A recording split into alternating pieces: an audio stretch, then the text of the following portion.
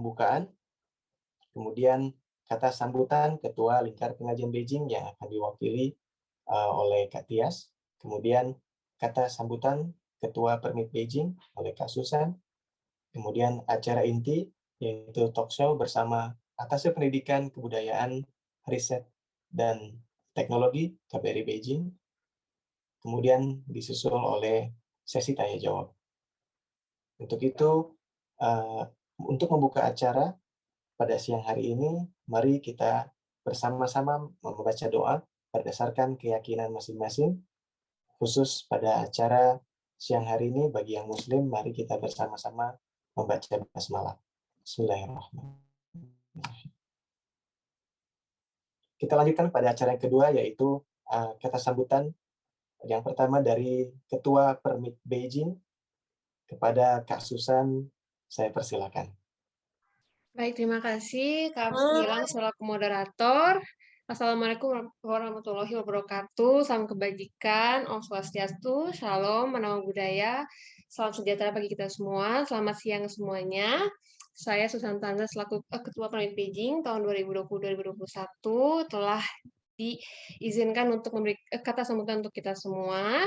Di sini saya ingin mengucapkan terima kasih banyak untuk Bapak Yaya Sutarya yang telah bersedia untuk mengisi acara kita pada hari ini, dan juga untuk Lingkar Pengajian Beijing yang telah bersedia untuk berkolaborasi dengan Permit Beijing dalam mengadakan acara talk show hari ini. Tidak lupa juga saya ingin mengucapkan terima kasih kepada seluruh panitia yang telah menyiapkan acara pada hari ini, dan juga untuk seluruh peserta yang telah meluangkan waktunya untuk menghadiri acara pada hari ini. Saya harap semua teman-teman di sini sehat, dan juga saya ingin mengingatkan untuk teman-teman semua, saya tahu pasti kalian semua udah kepo banget nih kan, update-nya gimana sih, kapan kita bisa balik lagi ke Tiongkok, tapi saya ingin teman-teman semua mohon bersabar, tetap mengikuti protokol kesehatan, agar kondisi cepat kembali normal, dan kita semua bisa secepatnya kembali ke Tiongkok. Untuk talk show hari ini juga akan ada banyak banget informasi yang akan disampaikan oleh Pak Yaya, jadi saya juga mohon untuk teman-teman semua menyimak dan mendengarkan sebaik mungkin. Dan yang terakhir, saya ingin mengingatkan juga untuk teman-teman selalu menjaga kesehatan kalian, dan selamat menunaikan ibadah puasa bagi teman-teman semua yang menjalankan. Semangat selalu. Terima kasih, selamat siang. Saya kembalikan ke Kak Gilang, moderator. Baik, terima kasih Kak Susan sebagai Ketua Permit Beijing atas sambutannya. Yang selanjutnya adalah Ketua Lingkar Pengajian Beijing yang diwakili oleh Kak Tias.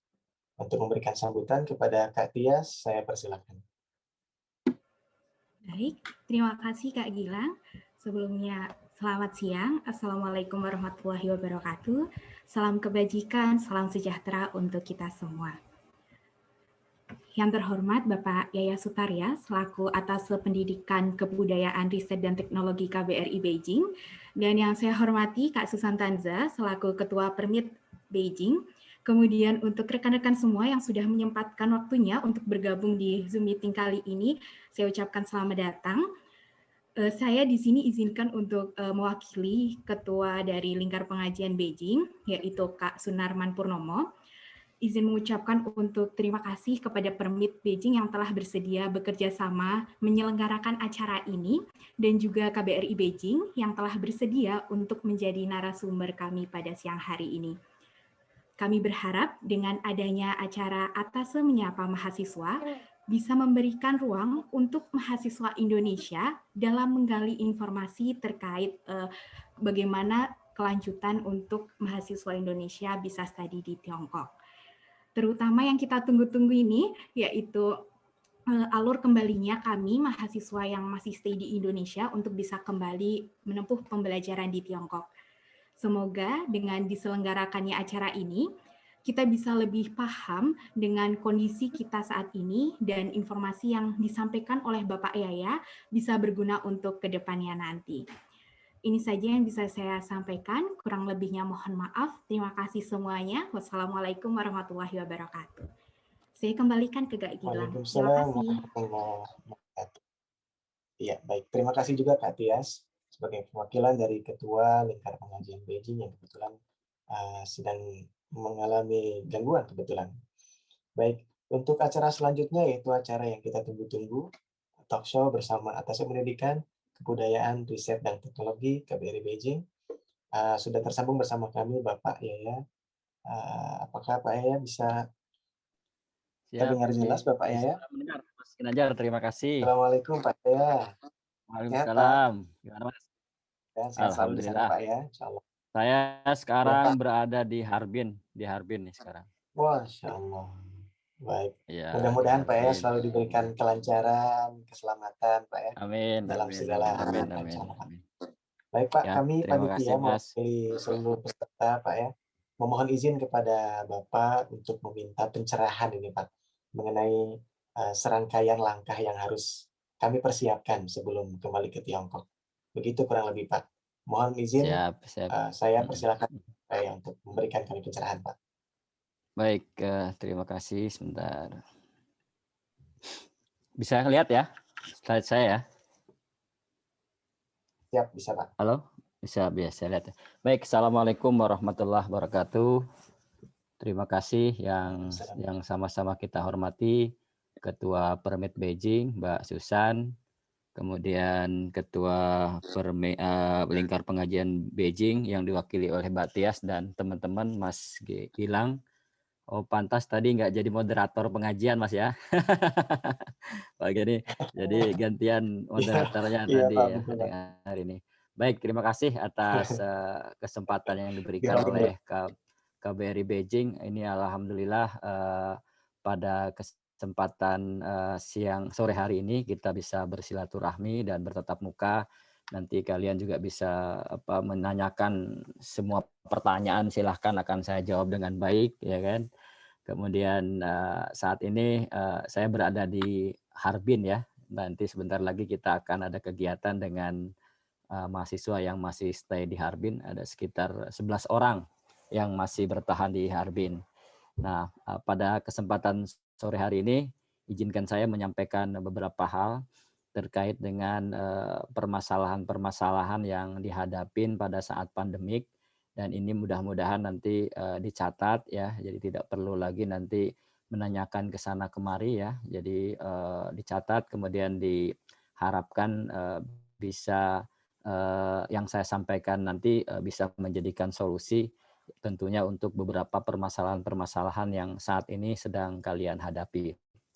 Yang pertama, bahwa informasi terkini ini adalah beberapa permasalahan pelajar ya. Nanti saya akan gambarkan satu persatu mulai dari permasalahan HSK, koas, beasiswa, kemudian akademis, ada penyetaraan ijazah, ada jurnal, ada beban pembelajaran daring, ada vaksinasi, kemudian juga ada isu kepulangan-kepulangan dan beberapa kasus-kasus yang ditangani dalam waktu dekat ini yang tentunya kita berharap tidak berulang atau tidak terulang terjadi pada kalian semua para mahasiswa yang saat ini sedang belajar di Tiongkok. Yang pertama, sebagai informasi awal kepada adik-adik sekalian semuanya, bahwa saat ini ya untuk HSK ada sedikit perkembangan ya. Perkembangannya sangat signifikan sekali ya. Dan ini tentunya nanti akan terimbas pada targeting dan pada kelanjutan kalian untuk belajar di Tiongkok, terutama untuk jurusan-jurusan atau mahasiswa yang mengambil program studi yang bahasa China. Ada juga persyaratan juga dari kampus yang harus lulus kalau dia sudah HSK 4 atau HSK 5. Nah, ini sebagai informasi ini sudah ditetapkan di Tiongkok ya, bahwa untuk leveling HSK itu sekarang menjadi 9 level ya. Jadi kalau dulu ya, dulu ini kan ini perbedaan dulu sama lama. Kalau dulu itu mahasiswa Indonesia bisa berkuliah itu kan diantaranya di level 4 sampai 5 ya, terutama untuk yang bahasa-bahasa Mandarin itu kan harusnya di level 5 dia. Kalau dulu kan kosakatanya hanya sekitar 2.500 ya. Di HSK baru sekarang itu sudah harus menguasai sekitar 4.312 kosakata. Nah, ini besar sekali lah. Ini tanggung jawab yang sangat luar biasa, beban juga yang sangat luar biasa ya. Jangankan di level dengan kosakata 5, dengan kosakata 4.000, dengan level 5 di kosakata 2.500 aja masih banyak kegagalan-kegagalan yang dihadapin oleh para mahasiswa internasional. Jadi memang perlu targeting karena memang ini salah satu upaya dari pemerintah Tiongkok untuk melakukan upgrading terkait dengan peningkatan kualitas pembelajarannya. Jadi memang di Tiongkok ini kan kualitas pembelajaran kan selalu dinamis, artinya senantiasa terus berubah untuk mengikuti perkembangan. Nah, jika memang saat ini telah ditetapkan di HSK 5 itu kosakatanya harus 4.312, artinya kan tuntutan semakin tinggi, bahasa Tiongkok semakin banyak diminatin, dan beasiswa Tiongkok juga semakin kompetitif ya. Jadi memang diperlukan konsentrasi, diperlukan fokus untuk bisa kalian melanjutkan ke jenjang-jenjang yang ditetapkan oleh perguruan tinggi. Nah, kami memang belum masih dibahas, didiskusikan di level-level mana sebenarnya untuk leveling akademik ya. Apakah nanti di level 5-6 atau nanti di level 7-9 itu adalah untuk persyaratan-persyaratan yang tertentu. Nah, ini masih kita pantau dan masih kita lakukan pemantauan dengan Hanban yang ada di Tiongkok. Sehingga memang kita selalu berkomunikasi terus ya dengan Hanban sehingga nanti informasi itu bisa tersampaikan oleh para mahasiswa. Ini sebagai informasi awal kepada kalian semua bahwa untuk leveling HSK itu sudah berubah sehingga memang diperlukan konsentrasi yang penuh. Nah, yang kedua itu ya dicatat ya HSK sudah ada perubahan. Nah, tentunya banyak di antara kalian yang gagal ya, terutama yang untuk menerima beasiswa kemudian tidak lulus di tahun pertama karena online, dia hanya harusnya mencapai level 5, kemudian baru mencapai level 4 ya. Nah, untuk menentukan dia level 4 kan harus ngikutin ujian dulu gitu ya. Jadi nanti bisa menentukan apakah saya beasiswanya bisa diperpanjang untuk belajar bahasa atau tidak. Karena kalau nanti Anda diperpanjang, KBRI merekomendasikan Anda untuk bisa memperpanjang di belajar bahasanya, maka yang terjadi nanti kalau misalkan kuota S1 jatah kuota untuk belajar S1 itu kan 5 tahun, 1 tahun belajar bahasa, 4 tahun belajar misalkan intinya.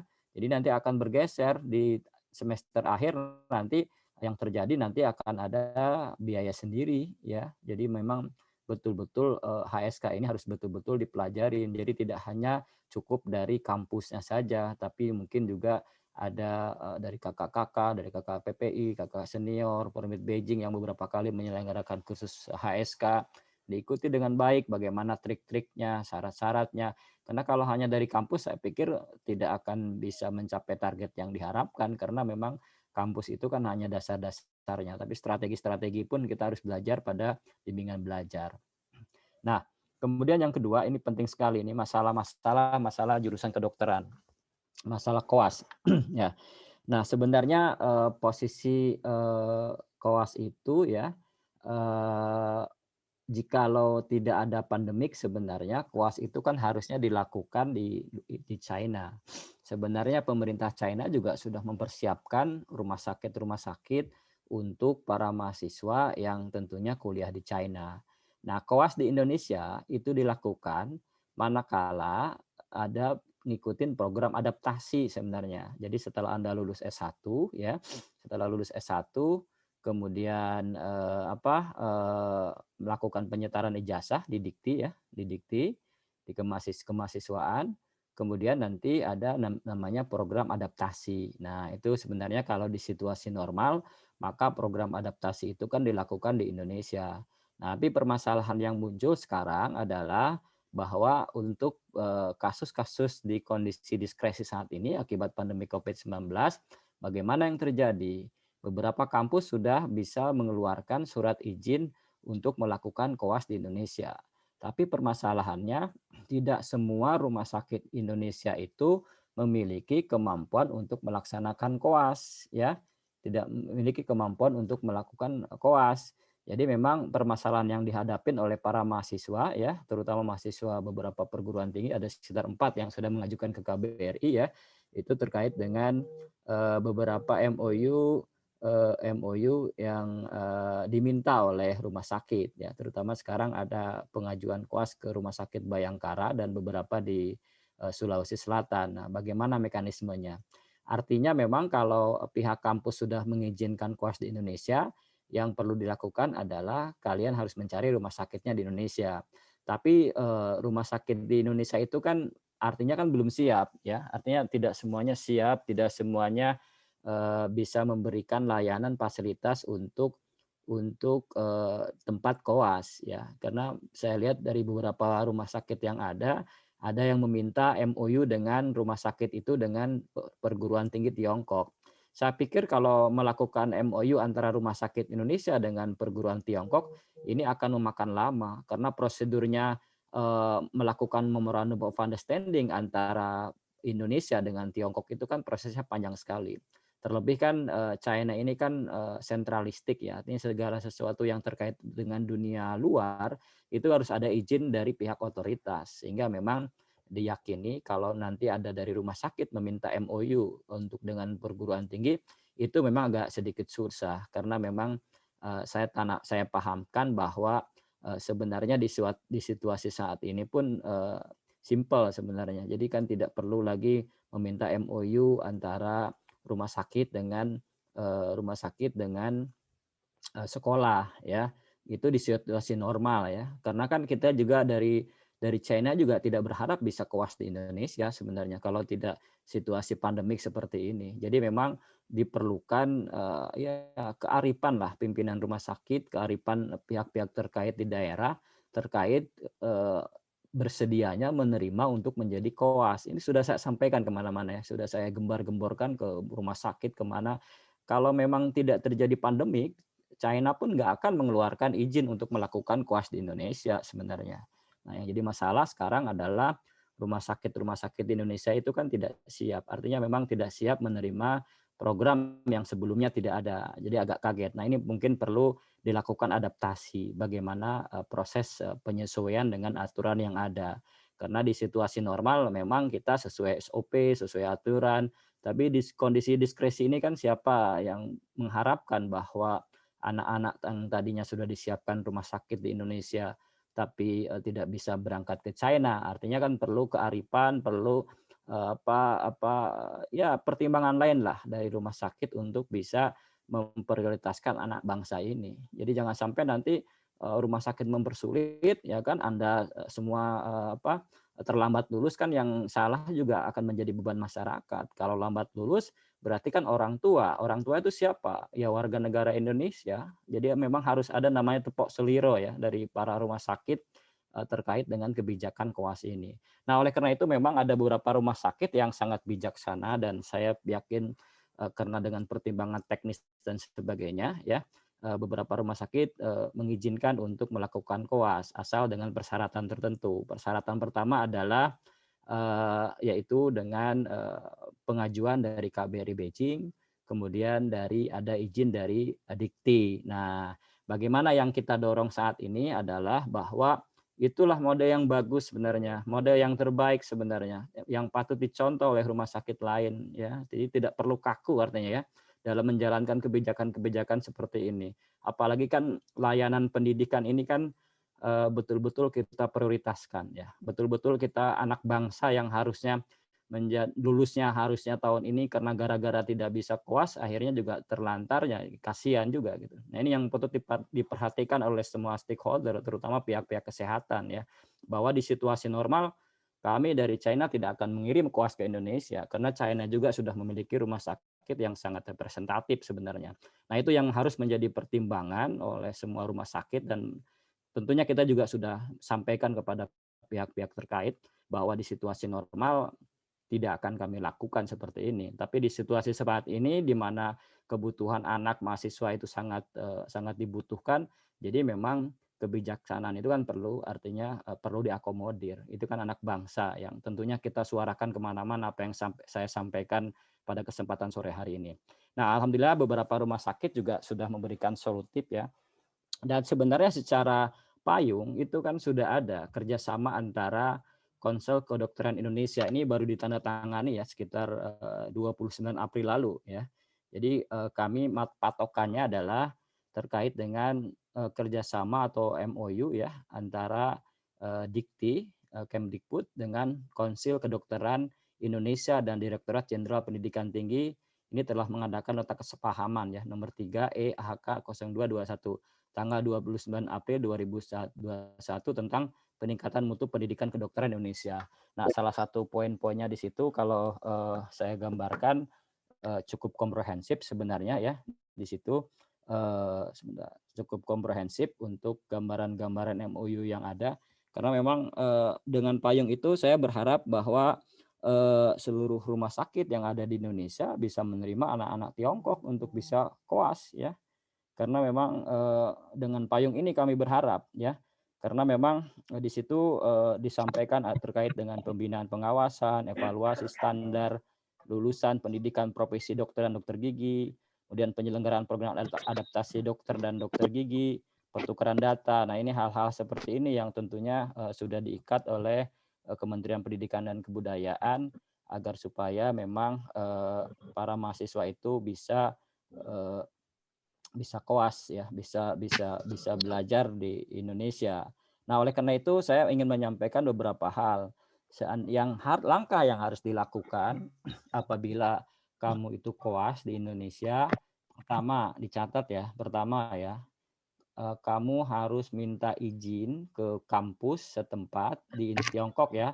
Kira-kira diberikan izin nggak untuk bisa melaksanakan koas di Indonesia? Nah, kalau bisa diberikan izin untuk melaksanakan koas di Indonesia, maka mintalah surat ke mereka. Setelah keluar surat, maka kirimlah surat itu berserta persyaratan, ada paspor, ada admission notice ya, yang dari awal ini penting sekali ya. Kemudian nanti ada surat izin dari kampus Tiongkok, ada nilai akhir, ada rumah sakit tujuan. Nah, ini tolong nanti dikirim ya, dikirim ke kami ke email ya, ke email ini. Sebentar saya catat ya. Di email ini ya. Kemudian kamu minta surat pengantar untuk pengantar ke rumah sakit ya. Setelah Anda dapat pengantar dari rumah sakit dan untuk minta surat pengantar ke rumah sakit dan nanti kami akan teruskan ke Dikti ya. Jadi kalian ngirim surat ke KBRI lewat email ini beserta persyaratan-persyaratannya. Setelah lengkap nanti kami akan keluarkan surat ya, ditujukan kepada rumah sakit yang dituju ya. Ditulis di situ siapa kepala rumah sakitnya, siapa kepala dinas kesehatannya, dicatat ya siapa di situ dicantumkan. Jadi nanti KBRI itu menulis surat ke rumah sakit dan kepala dinas kesehatan setempat itu sudah ada namanya. Jadi kami tidak usah mencari-cari nama lagi karena kan kita harus melayani ratusan orang. Dicatat di situ di email yang disampaikan ke KBRI.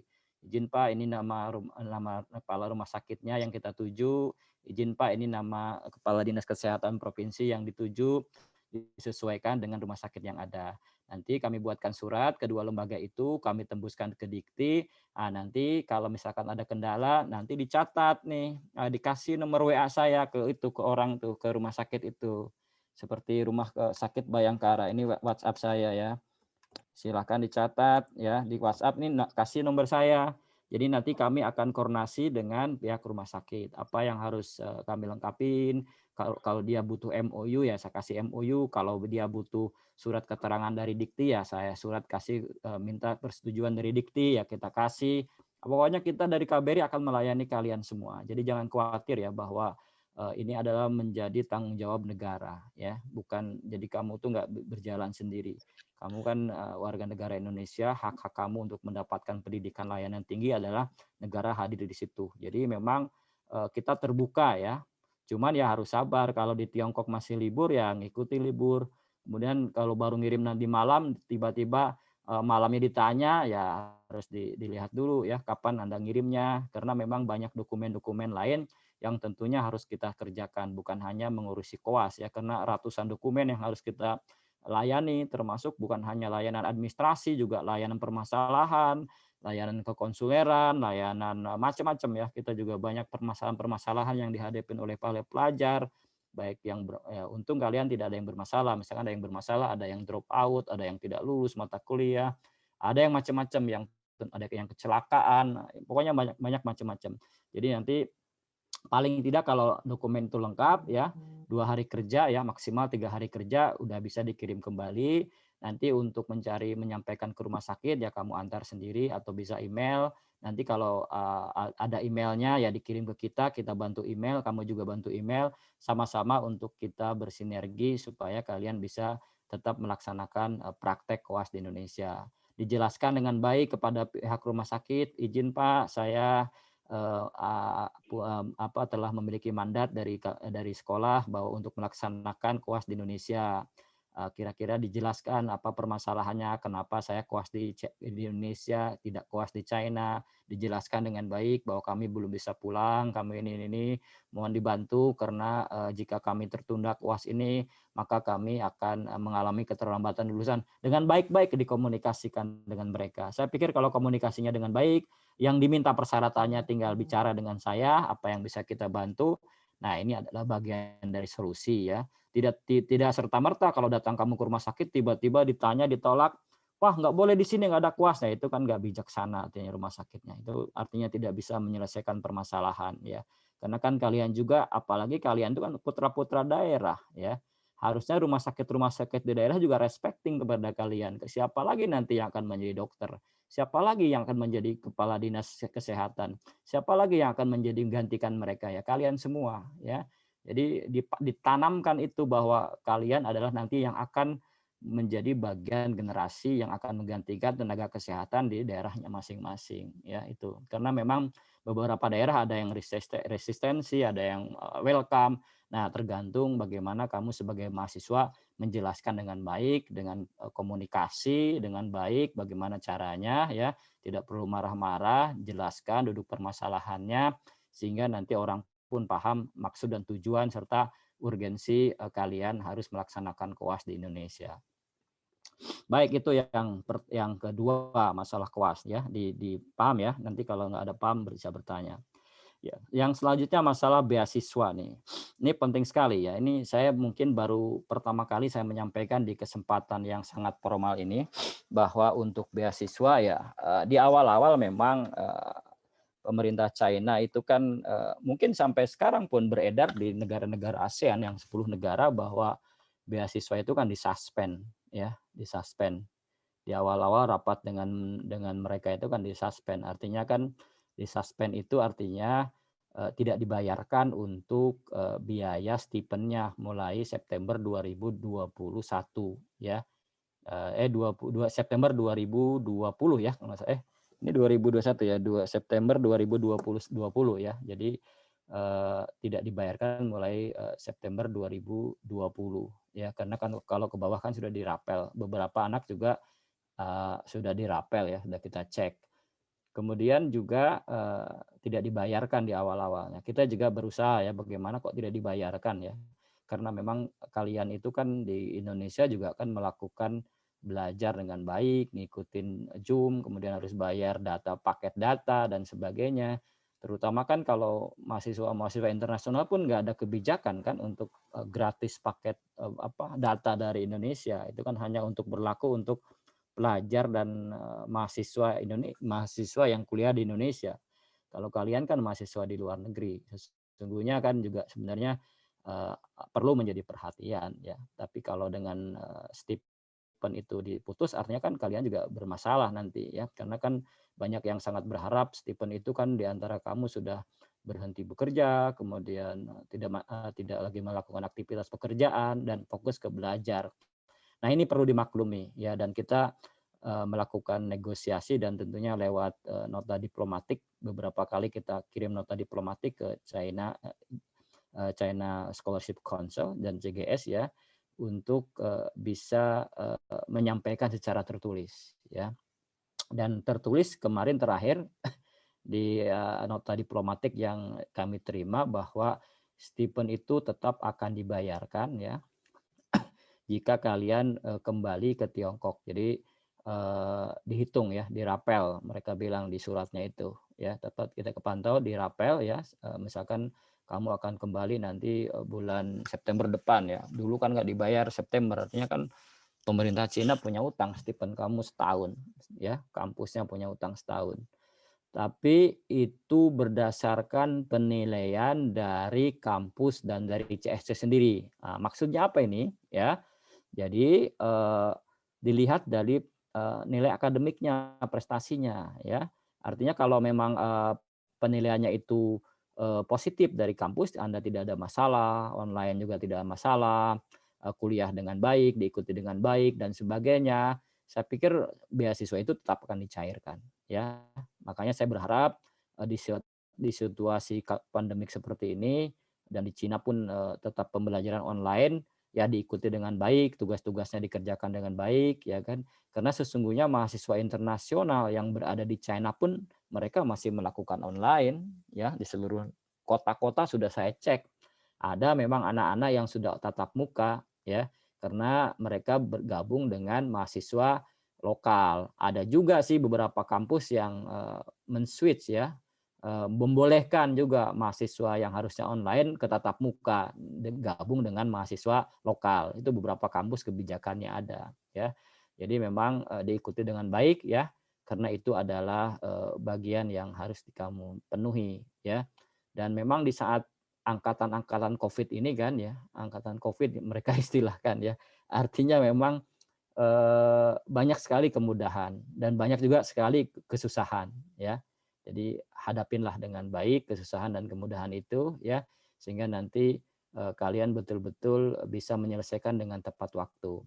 Nah, pertanyaan yang belum dibalas oleh CSC, sekarang lagi saya tunggu balasannya adalah bagaimana kalau lulusnya di Indonesia tapi nggak kembali ke China, itukah apakah beasiswanya itu mau dikembalikan atau tidak? Nah, ini masih saya tanyakan. Nanti mungkin pada kesempatan lain, misalkan Permit Beijing mau ada acara, pas ada acara saya diundang, nanti akan saya sampaikan dalam situasi normal ya. Situasi normal bagaimana pertanyaan itu saya juga tidak bisa menjawab karena kan yang ngasih uang bukan KBRI kan, yang ngasih uang adalah pemerintah China. Saya sudah buatkan nota diplomatik ke mereka ya. Karena memang kemarin terhambat oleh libur ini ya, libur hari buruh ya, hampir seminggu lebih itu hari buruh. Jadi memang kita belum mendapatkan jawaban terkait dengan pertanyaan yang saya buat. Saya minta memang tidak mau secara lisan ya, saya mau secara tertulis sehingga nanti kalau ada permasalahan-permasalahan ke depan kita didasarkan pada nota diplomatik yang kita kirim dan jawaban mereka yang tentunya berharap positif ya. Walaupun kalian lulus di Indonesia ya saya berharap tetap aja uang stipend dikembalikan, didapatkan karena itu kan merupakan bagian yang harus dipenuhi walaupun memang kalian tinggal di Indonesia tidak tinggal di Tiongkok, tapi itu kan bagian yang memang harus dipenuhi karena kalian juga tetap belajar dimanapun berada ya. Itu yang kita harapkan. Terus kami berjuang ya untuk kalian semuanya. Nah, kemudian juga nih akademis nih juga banyak ya, ada yang pindah jurusan. Saya juga heran beberapa kasus yang saya tangani pindah jurusan itu masalah gitu loh, ya. Masalahnya itu karena tidak ada nota hitam di atas putih. Mudah-mudahan ada yang mendengarkan nih kasusnya yang pendengar hari ini. Contohnya misalkan ngomong ke gurunya, "Ya udah kamu pindah jurusan ini," ya kan? Ya udah pindah, tahun depan, "Loh kamu kok di sini? Kok nggak pindah ke jurusan yang kamu itu?" Nah, itu bermasalah ya. Itu ada 3 atau 4 orang anak nih tahun ini. Ya udah pindah jurusan nggak di-approve sama kampus ya kan. Akhirnya suruh balik, habis itu ngadu ke KBRI, "Pak, saya udah pindah ke jurusan ini, Pak, tapi saya disuruh kembali, Pak, gimana?" Nah, itu salah ya. Harusnya kalau mau pindah jurusan itu harus minta persetujuan sepengetahuan KBRI ya. Persetujuan biasanya kampus-kampus yang paham itu kalau kalian mau pindah jurusan tuh harus minta persetujuan dari KBRI ya, kami keluarkan surat, kami pantau. Jadi suatu saat kalau kamu diusir dari jurusan itu ya nanti kamu bermasalah, nanti repot, kita nggak ngerti ya. Kemudian juga di samping itu juga ada lagi mahasiswa kemarin yang on off sampai kami melakukan negosiasi. Dari kampus, ya ini anak kedokteran ya. Di kampus dikasih jurusan ini oke, nggak masuk lama, alasannya nggak masuk 3 bulan. Alasannya apa? Alasannya sederhana, Pak. Kayak kesleo alasannya. Kesleo katanya. Habis itu kenapa kesleo kok bisa nggak masuk? Nikah alasannya. Habis itu dikasih lagi kampus, oke lah kamu saya terima lagi 5 bulan. Masuk 1 bulan, 4 bulan bolos. Sampai terakhir kampus mengeluarkan komplain ke KBRI, "Pak, bagaimana nasib saya ini, Pak?" Akhirnya saya teleponlah ke pihak dekannya, tolong dibantu lah Pak anak ini, saya bilang, ya kan, bagaimana ini supaya tetap sekolah, ya kan, tetap sekolah, orang tuanya meminta kita dan sebagainya. Nah, ya mereka atas pertimbangan atas hubungan baik Indonesia dan Tiongkok makanya diberikan kesempatan lagi. Nah, yang begini-begini jangan memalukan negara ya. Kalau mau keluar tuh ya. Ya, sudah berkali-kali ya, sehingga memang bermasalah. Ada juga masalahnya yang nggak bayar SPP karena alasannya transfernya susah dari Indonesia. Juga ada yang kayak gitu ya. Nggak tercatat tapi ikut kuliah tiba-tiba minta nilai. Habis itu belum bayar SPP-nya 1 tahun, minta kita ngeluarkan nilai, ya nggak bisa lah ya. Nah, hal-hal seperti ini banyak sekali yang saat ini yang dihadapin oleh anak-anak. Jadi kalau ada permasalahan-permasalahan kecil begitu besar dianggap besar oleh kalian, ya bilang ke kita. Jadi kita ini kan tahu. Jadi jangan sampai kita diberitahu kalau masalah itu sudah besar, ya masalah itu sudah besar sehingga beberapa kasus kita bisa nolong, beberapa kasus kita tidak bisa nolong karena memang sudah terlanjur diputuskan oleh rektor dikeluarkan. Nah, seperti ini yang tentunya kalian harus pahami, ya. Nah, selanjutnya terkait dengan penyetaraan ijazah. Nah, ini penting sekali ya. Saat ini nanti dalam waktu dekat, mungkin seminggu lagi, KBRI sebenarnya dulu sudah membuat sistem namanya Siponi ya, karena ada beberapa kendala waktu itu ya terkait dengan aplikasi dan outputnya ya. Makanya kita saat ini sedang membangun sistem lagi ya untuk memudahkan. Ini saya pikir kalau kalian penyetaraan kan sudah tahu bagaimana caranya. Ya ini prosedur yang akan kita lakukan ya untuk saat ini ya. Ini adalah nanti ya kalau misalkan kalian sudah selesai dari SIDGDC ya. Nah, prosedurnya nanti lewat Siponi ya. Nanti tidak lagi nanti mengirim email ya. Jadi lewat aplikasi ya. Jadi nanti mendingan dapat Siponi, kemudian mengisi borang, pendaftaran dan sebagainya sampai selesai nanti ada menerima surat keterangan. Nanti dalam bentuk PDF. Insya Allah mungkin sekitar 1 minggu lagi aplikasi ini selesai. 1 minggu kemudian nanti mungkin mudah-mudahan Permit bantu saya untuk menyelenggarakan untuk kegiatan sosialisasi ya.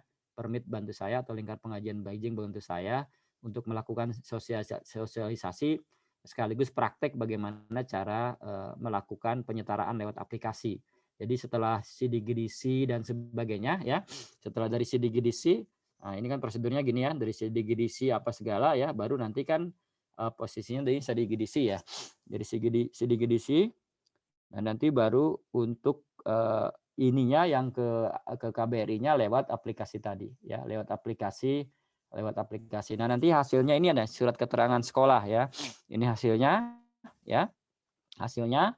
Kemudian bagi kampus-kampus yang belum tercatat di Dikti jangan khawatir ya, nggak usah gundah gulana ya. Semua perguruan Tiongkok itu sudah diakreditasi oleh pemerintah Tiongkok ya. Pasti bisa disetarakan. Jangan khawatir mau ke jurusan kedokteran lah, mau jurusan apa, nggak usah khawatir ya. Jangan misalkan nama kampusmu belum tercatat di Dikti, tinggal gampang ya. Tinggal minta surat namanya surat ini klarifikasi terkait dengan status akreditasi. Ini yang di-upload ya di Dikti. Insya Allah ini bisa dicatat. Jadi jangan khawatir ya, karena seluruh perguruan tinggi Tiongkok itu pun bisa dimaklumi. Nah, satuan lagi nih penting. Kalau untuk lulusan diploma nih ingat ya, ini saya mengingatkan ya, ini masalah lagi terkait dengan penyetaraan. Kalau kalian ngambil jurusan diploma 1, diploma 2, diploma 3, jangan lakukan penyetaraan setelah kamu pulang ke Indonesia dan menutup akun WeChat-mu ya. Ini dipahami ya. Jadi kalau bisa yang lulusan diploma 1, diploma 2, diploma 3 kalau mau pulang ke Indonesia, saya pulang ke Indonesia ya kan. Habis itu kamu nggak punya akun WeChat dan nomor Cina ya, ingati ya kalau pulang tuh.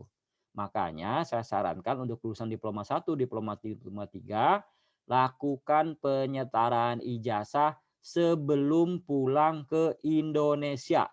Ya, minimal kamu sudah dapat surat dari China Higher Education Student Information and Career Centers.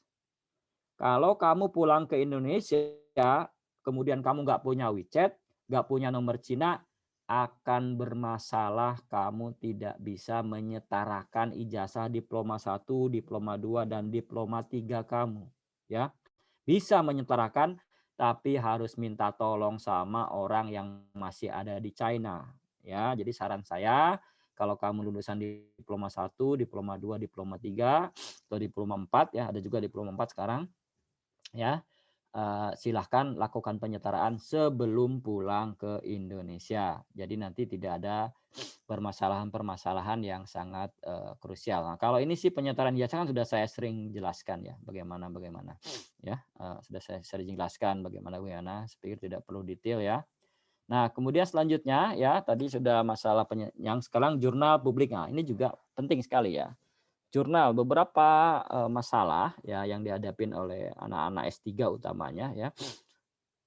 Tahun ini ya kita hampir 100 orang lebih ya mahasiswa yang kuliah di Tiongkok mengambil jurusan S3 itu rata-rata memperpanjang kuliahnya 1 tahun.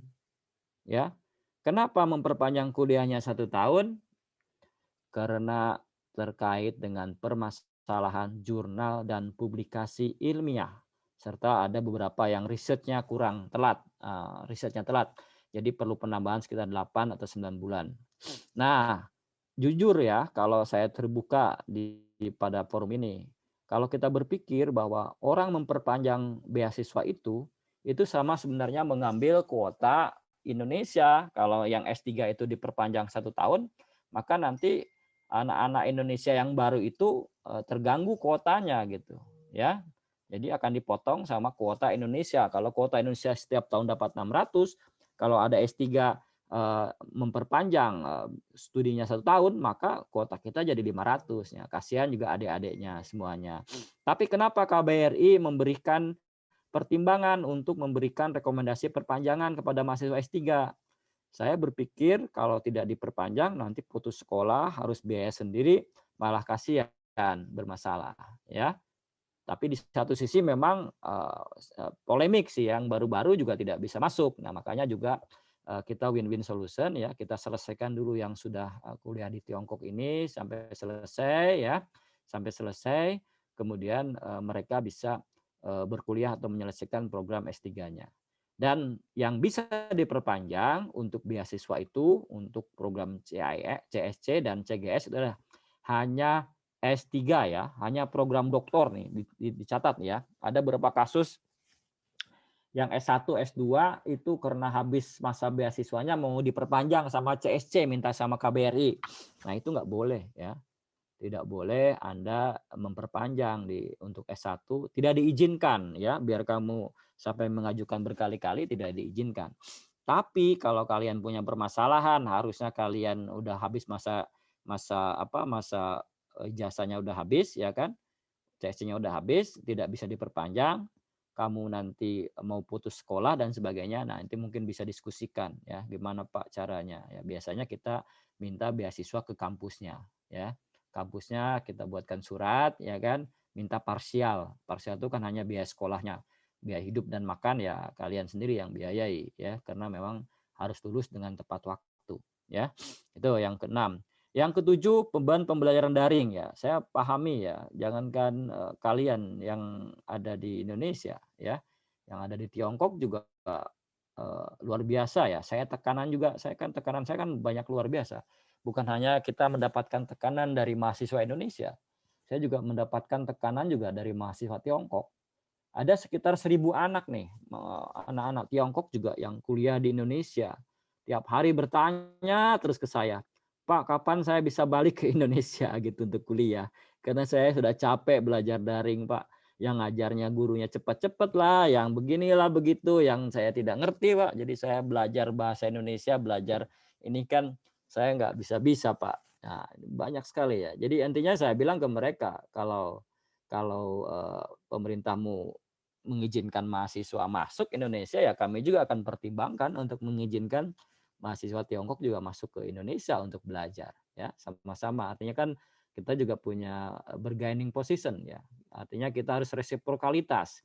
Kalau Cina mengizinkan mahasiswa Indonesia kembali ke Tiongkok, ya tentunya pemerintah Indonesia juga dari kami akan kita usulkan untuk dipertimbangkan supaya juga bisa kembali ke Indonesia. Jadi sama-sama ya, itu juga bahan bargaining kita ya. Dan kita berharap memang segeralah kalian bisa kembali ke sini ya. Karena jujur ya KBRI juga sepi kalau nggak ada kalian, terutama yang anak-anak Beijing nih, kalau buka bersama kan banyak makanan-makanan yang sisa yang bisa dibawa pulang untuk sahur ya. Nah, sekarang yang tarawih mahasiswanya cuma 1. Ya, jadi memang sangat kami dambakan dan kami harapkan bisa kembali ke China dalam waktu dekat. Nah, kemudian ya terkait dengan saat ini ya, memang mungkin kalian sudah membaca beberapa surat yang kita keluarkan ya, dan kita kirimkan ke pihak-pihak terkait, termasuk ke pemerintah provinsi dan kabupaten kota terkait dengan dorongan mahasiswa untuk bisa vaksinasi ya. Mungkin kalian juga sudah baca dan beredar di media WhatsApp dan sebagainya, di WeChat dan sebagainya. Jadi memang perlu saya pahamkan bahwa surat itu sebenarnya kan hanya untuk ketua PPIT Tiongkok sebenarnya ya, tidak disebarkan ke publish sebenarnya ya, tidak sampai ke publish kemana-mana sampai semuanya mahasiswa tahu, kepada kepada gubernur, kemudian wali kota, kemudian kepada ketua PPIT Tiongkok. Nah, skema yang dibuat itu harusnya adalah jadi nanti dari PPI Tiongkok pusat ya, nanti mungkin akan disesuaikan dengan cabang ya, mungkin nanti Beijing ya, permit Beijing ya, setelah koordinasi dengan PPIT pusat membuatkan surat ke masing-masing pemerintah kota-kota masing-masing. Kemarin sudah ada laporan dari Surabaya minta surat dari KBRI, saya bilang saya arahkan ke, karena mereka wali kota udah kita kirimkan ya surat-surat itu ya, karena kan sudah kita tembuskan ke Mendagri, kemana-mana itu surat ya. Jadi nanti dari PPIT pusat Beijing membuat surat ya, dilampirkan juga surat yang dari kami dari KBRI Beijing ya, kirimkan ke masing-masing anak-anak yang masih ada, kemudian nanti yang nerima surat itu menghadap dengan baik ke dinas kesehatan atau ke rumah sakit atau kemana yang pihak-pihak terkait atau satgas terdekat ya di kampung atau di kota masing-masing. Sampaikan Bapak, kami ada permohonan surat dari PPI Tiongkok. Ini ada lampirannya juga surat dari KBRI Beijing yang dikirimkan kepada pihak-pihak terkait. Mohon dapat dipertimbangkan karena salah satu persyaratan untuk bisa masuk ke Tiongkok kembali adalah kami harus sudah melakukan vaksinasi ya. Karena dijelaskan juga karena itu adalah permintaan dari pihak kampus. Nah, setiap daerah itu kan punya pertimbangan masing-masing ya, punya kuota masing-masing. Jadi juga kalau misalkan di daerah tersebut kalian masih belum dapat prioritas ya, bersabar dulu. Paling tidak kan kalian sudah bisa menyampaikan surat itu ya, karena memang Indonesia itu kan vaksinnya juga masih terbatas karena ada prioritas-prioritas tertentu, tapi ada di beberapa daerah yang sudah diberikan layanan ya. Jadi memang antara daerah satu dengan daerah lain itu memang tidak sama ya. Jadi tolong, namanya upaya ya, namanya usaha, namanya ikhtiar ya. Jadi kalian harus menghadap pihak-pihak terkait dengan baik-baik. Izin Pak, saya ingin menghadap Pak, ini kami dapat surat dari PPT pusat. Nanti ini juga kami lampirkan surat draft dari KBRI Beijing untuk permohonan kepada pihak terkait untuk agar dapat divaksinasi. Mohon dibantu Pak, karena kami salah satu persyaratan untuk bisa kembali ke Tiongkok nanti ke depan adalah harus vaksin, harus gini. Kalau daerah misalkan, oh ya silakan buat surat ini ya, lakukan ya. Oh nanti tunggu giliran ya, nanti ini ada waktunya ya, ditunggu. Artinya kita harus taat juga kepada pemerintah setempat ya, tidak boleh kalian memaksakan karena memang masih ada waktu ya, karena kan Indonesia terus-menerus gencar ya. Saat ini juga kami dari KBRI Beijing yang tentunya concern mengawal untuk pengiriman vaksin dari Tiongkok, Sinopharm, Sinovac, CanSino ke Indonesia. Kami tahu berapa jumlah yang dikirim, jadi memang sabar dulu. Dan mudah-mudahan ini jadi pertimbangan, menjadi bukan hanya yang divaksin itu adalah nanti setelah orang tua, setelah guru, setelah lansia, mungkin mahasiswa dulu ya, dosen sudah, guru sudah ya kan. Karena kalau mau tatap muka juga dosennya divaksin, masa mahasiswanya nggak divaksin, nanti kan susah juga ya. Mudah-mudahan juga dalam kesempatan ini kami berharap juga setelah itu adalah mahasiswa Ya, mahasiswa harus menurut saya harus menjadi garda yang paling depan. Kenapa demikian? Ya karena memang generasi bangsa, generasi emas Indonesia, ya. Nanti dengan adanya hampir 2 tahun kalian nggak belajar di offline, learning loss kita akan semakin, disparitasnya akan semakin tinggi ya. Terutama anak-anak yang harus belajar teknologi, masa belajar bongkar mesin pakai ilmu sastra gitu ya. Lewat ini gambar-gambar kan harusnya praktek apa segala.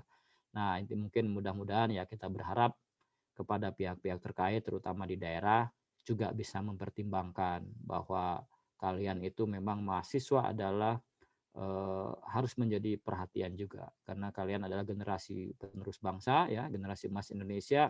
Siapa lagi yang akan memimpin negara ini? Siapa lagi yang akan menggantikan pemimpin-pemimpin saat ini? Kalian semua yang akan menggantikan. Jadi menurut saya setelah dosen, setelah guru, ya mahasiswa menurut saya harus menjadi prioritas utama. Kenapa demikian? Tadi seperti yang saya sampaikan. Makanya KBRI tidak sungkan-sungkan menulis surat kepada pihak-pihak terkait agar juga mahasiswa menjadi prioritas. Bukan karena tuntutan, tapi karena ini adalah bukan tuntutan atau keinginan. Ini adalah kebutuhan sebenarnya, ya. Kebutuhan supaya kalian bisa kembali ke negara masing-masing, ke negara tempat belajar. Nah, tentunya juga langkah yang kita lakukan itu kan tidak sendiri. Malaysia, Singapura juga melakukan hal yang sama, ya. Kita masih leading lah dengan mereka. Mereka mahasiswa masih planning. Kita planning, mereka belum bisa mengirimkan surat kemana-kemana. Kita Indonesia sudah bisa mengirimkan surat kemana, sudah melakukan lobbying, dan kita juga pastikan dari KBRI pasokan vaksin untuk Indonesia pun aman. Ya, bagaimana nanti pemanfaatan di tanah air, yang tentunya juga memang pemerintah memiliki skenario, memiliki prioritas. Ya, saya berdoa dan berharap kalian juga akan menjadi target berikutnya, ya, karena salah satu persyaratan untuk bisa kembali ke Tiongkok memang harus divaksin, ya. Dan tentunya juga ini beberapa anak-anak juga yang sekarang berada di Tiongkok juga sudah divaksin ya, hampir rata-rata semua. Ini mereka ada yang habis yang belum divaksin kemarin saya datangin ya ke beberapa kampus dan mereka kemarin saya ke Nancang tuh. Saya minta ke Nancang itu kan tidak ada perencanaan untuk vaksin tuh waktu itu. Saya datangi kantornya ya, tolong sampaikan kepada pemerintah kepada kampusnya agar anak-anak yang di Nancang itu divaksin. Dan beberapa titik juga saya datangkan ya, termasuk ke Jiangsu, kemudian juga termasuk ke beberapa kota ya di China yang belum ada gambaran vaksin ya kita minta khusus ya. Karena kita berharap ya sesuai dengan strategi atau desain pemerintah Tiongkok. Jadi China itu kan di bulan November itu kan yang harus sudah divaksin itu kan 80% penduduk ya. Nah, ini kenapa 80% penduduk? Karena China itu di bulan Februari dia akan menghadapi namanya Winter Olympic Game ya. Jadi kan seluruh warga negara dunia akan ke China gitu ya. Dan termasuk nanti ada Asian Game ya kalau nggak salah di bulan Juni. Nah, saya berharap ya sebelum perhelatan itu kalian udah masuk gitu ya. Udah masuk gitu ya. Kenapa? Tidak ada alasan lagi ya. Indonesia juga saat ini sudah melandai ya kan. Indonesia juga saat ini sudah bisa terkondisikan dan beberapa vaksin juga sudah jalan, tidak ada alasan lain sebenarnya. Karena memang selama ini yang saya tangkap itu tidak ingin adanya resistensi dari negara lain. Ya. Kalau misalkan Indonesia kita masukkan dahulu, nanti India protes ya. India wajar kan. India kan sekarang sedang menjadi pusat pandemi ya. Nah, tidak bisa disamakan. Artinya memang harus ada prioritas negara mana yang dahulu. Tapi saya yakin kalau memang kita secara perspektif ini ya persiapan ya, saya pikir Indonesia lebih siap dibandingkan negara-negara ASEAN termasuk Malaysia, Singapura dan sebagainya saya pikir ya. Dan tentunya kami berharap ya, jadi jangan khawatir juga saya sampaikan beberapa event alhamdulillah juga Ibu Menlu, Ibu Retno sama Pak Wang Yi, Menlu Tiongkok juga sudah berdiskusi memohon sangat Ibu Menlu agar mahasiswa Indonesia bisa cepat kembali ke Tiongkok. Kami juga tidak sendiri, tidak diam ya. Kami juga melakukan diplomasi dengan sama-sama negara ASEAN ya, mendesak Tiongkok supaya bisa mengembalikan anak-anak mahasiswa. Nah, kami berharap walaupun tidak secara menyeluruh dulu, paling tidak bertahap ya. Jadi tahapan yang akan kami dorong itu adalah nanti yang mau menyelesaikan disertasi, tesis, skripsi, tugas akhir, praktek, koas ya. Kemudian nanti yang melakukan riset itu didahulukan, nggak apa-apa. Nanti bertahap mungkin sebulan kemudian nanti mahasiswa yang lama, yang semester 5, yang 4, kemudian nanti yang terakhir mungkin mahasiswa baru. Jadi memang Tiongkok pun tidak bisa serta-merta membuka secara penuh ya, jadi bertahap. Nah, kami juga mohon tahapan ke Tiongkok juga tahapan yang seperti itu. Kemudian juga untuk nanti ya skema-skema yang sudah saya baca ya, jadi nanti juga kebijakannya juga tidak nasional, jadi kebijakannya nanti per wilayah ya. Artinya kalau Nanjing udah siap duluan, misalkan Nanjing duluan. Beijing udah siap duluan, Beijing siap duluan. Jadi nanti tidak semua serta-merta seluruh mahasiswa Indonesia yang ada di Indonesia silakan kembali ke China, enggak ya. Nanti mungkin Beijing masuk dulu, kemudian Nanjing masuk dulu, Shanghai masuk dulu, atau Beijing terakhir kena ibu kota, bisa jadi ya kan. Bisa jadi ya. Hal seperti itu kan bisa terjadi. Nah, ini yang sekarang sedang terus kita suarakan ya. Kita juga dalam waktu dekat juga ada pertemuan antara negara ASEAN ini ya untuk merapatkan barisan dan tentunya untuk bisa mendorong agar anak-anak bisa kembali ke China, dan pastinya kita sangat berharap ya kalian kembali ke China karena tentunya belajar di China lebih mendapatkan sesuatu belajar secara langsung ya dibandingkan secara daring. Nah, yang terakhir ya, ini narkoba, sakit, kecelakaan. Beberapa waktu yang lalu nih, termasuk seminggu yang lalu juga saya menangani kecelakaan. Ya, hati-hati kalau kembali ke sini ya. Termasuk juga saya berharap kalau sekarang ada di Indonesia, jaga kesehatan ya. Mudah-mudahan, alhamdulillah per hari ini saya tidak menerima laporan anak-anak Tiongkok ada yang kena corona ya. Mudah-mudahan saya berdoa tiap hari ya Allah. Mudah-mudahan sehat semuanya ya. Kalian kembali ke Tiongkok dengan sehat, kemudian bisa ketemu dengan saya, bisa diskusi, bisa cepat lulus, cepat kerja, sehingga bisa membanggakan untuk Indonesia.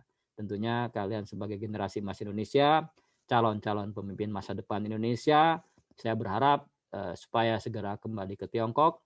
Nanti akan kawal bagaimana komitmen pemerintah China untuk bisa mengembalikan Anda ke Tiongkok.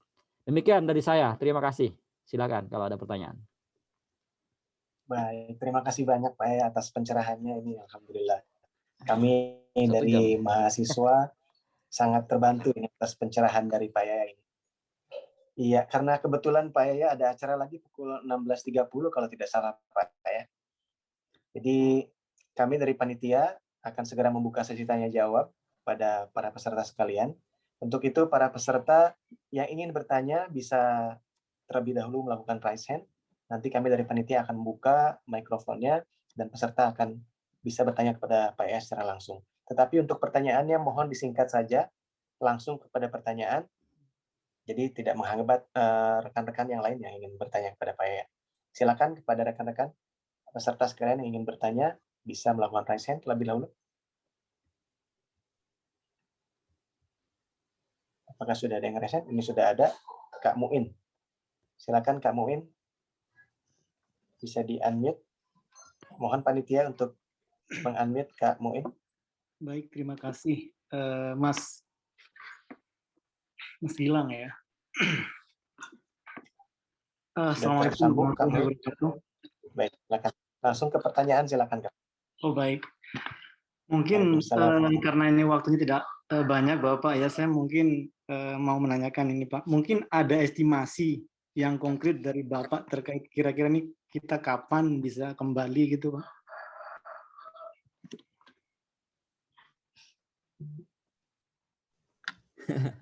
Mas Boyin itu aja pertanyaannya. Kayaknya itu aja Pak, karena ini kayaknya teman-teman juga banyak yang mau nanya kayaknya nih Pak. Ya, terima kasih. Estimasi pribadi Bapak gitu Pak, sehingga kami bisa mempersiapkan itu. Ya, terima kasih ya. Saya berharap sih. Ya, bisa langsung jawab Mas Gilang. Silakan bisa langsung jawab, Baik, Pak ya. saya sih berharap ya di Juli ya sudah bisa kembali maaf di Agustus sudah bisa kembali ya. Saya berharap sekali di Agustus itu sudah bisa kembali, Agustus akhir, karena kan ajaran itu kan September. Nah ini sebenarnya kan seiring dengan kebijakan pemerintah China sebenarnya. Jadi mereka kan ditargetkan November itu kan sudah harus vaksin 80%. Artinya kalau sudah siap mereka menerima warga negara asing, artinya kan apalagi sekarang kan ada kebijakan namanya paspor perjalanan atau paspor vaksin ya, paspor vaksin. Jadi Tiongkok sekarang lagi menggodok ya, bahkan sudah menyampaikan di WHO ya terkait dengan terkait dengan best practice yang dilakukan oleh Tiongkok, di mana Presiden Xi Jinping mengusulkan adanya paspor vaksin ya. Jadi yang dimaksud dengan itu adalah bahwa nanti kalau yang sudah vaksin memiliki semacam catatan ya, semacam legitimate. Jadi kalau misalkan mengunjungkan negara itu nanti pun kalau karantina tidak selama saat ini ya. Karena saat ini kan untuk masuk Tiongkok itu kan karantina 28 hari ya untuk masuk Beijing ya. Jadi 21 hari ketibaan, kemudian masuk ke Beijing itu 7 hari. Jadi 28 hari untuk karantina ya. Nah, nanti ke depan saya udah diskusikan dengan kampus, seandainya kamu kembali ke sini 14 hari karantina di hotel yang disiapkan, yang ditentukan oleh pemerintah Tiongkok atau pemerintah daerah, 7 hari nanti karantinanya di dormitori ya, di kampus masing-masing ya untuk skema-skemanya. Jadi 21 hari. Karena yang 28 hari itu kan hanya di Beijing. Kalau wilayah-wilayah lain tuh ada yang 14 hari, 7 hari pemantauan ya, 21 hari. Nah, jujur Mas, ya, pertanyaan tadi bagus sekali ya, dan setiap hari saya mendapatkan ya. Ya, kita berharap sih ya sebelum ditargetkan 80% kalian sudah vaksin dan semuanya sudah bisa berharap ya. Mudah-mudahan ya September sudah bisa belajar secara tatap muka. Nah, ini yang sebenarnya yang saya dorong kepada pemerintah Tiongkok, walaupun nanti September tidak semuanya dulu kembali ke Tiongkok, paling tidak bertahap dulu ya, yang baru mau lulus, yang skripsi, yang tesis, yang disertasi, yang koas, balik dulu ke sini ya, balik dulu. Sudah diizinkan oleh pemerintah Tiongkok. Nah, mungkin 2 bulan, sebulan kemudian, atau nanti mungkin baru yang semester 5, semester 4, semester 1. Jadi bertahap.